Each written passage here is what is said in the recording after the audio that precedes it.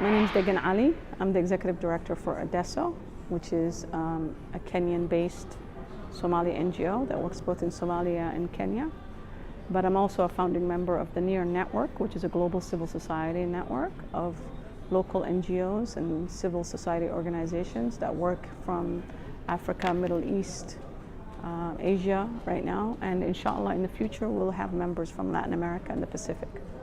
And the idea of the network is how do we create South-to-South solidarity and cooperation around 4 areas: advocacy, how do we have a voice, how do we get a seat at decision-making forums, organizational development, how do we get real tools that help us improve our capacity and our systems so that we can be more compliant, and 3, on financing, how do we get more resources directly to local actors, to local NGOs, and 4, research and learning. So better evidence being collected around the issues that are important to us.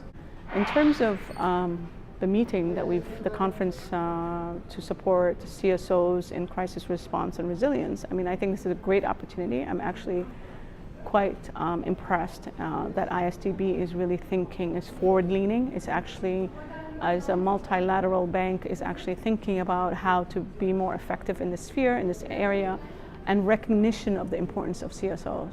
I think that's really, really important, and I'm actually quite proud that IsDB is taking this step in developing a CSO policy, but not only just a policy, but how do we actually implement a vision where the CSOs are empowered and really included in the development of their countries. We really need to not only think about how we get the CSOs to become partners in implementing development initiatives, but actually think about how do we help them become more financially sustainable institutions, more resilient institutions.